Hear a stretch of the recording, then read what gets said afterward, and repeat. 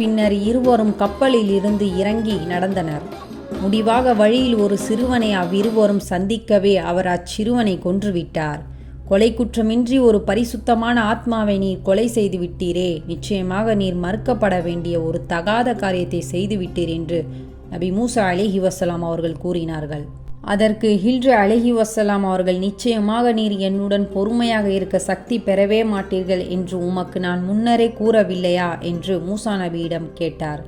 இதன் பிறகு எவ்விஷயத்தை பற்றியும் உம்மிடம் நான் கேட்டால் நீர் என்னை உம்முடன் வைத்து கொள்ள வேண்டாம் என்று மூசா நபி ஹில்ரு அலைஹி வஸலாம் அவர்களிடம் கூறினார்கள். பிறகு இருவரும் ஓர் ஊர்வாசிகளிடம் வந்து சேர்ந்தனர். அவர்களிடம் தங்கள் இருவருக்கும் உணவளிக்குமாறு கேட்டார்கள். அதற்கு அவர்கள் மறுத்துவிட்டார்கள். பிறகு அவ்வூரில் ஒரு சுவரை இடிந்து விழும் நிலையில் அவ்விருவரும் கண்டனர். ஆகவே அவர் அதனை விழாது நிறுத்தி வைத்தார்.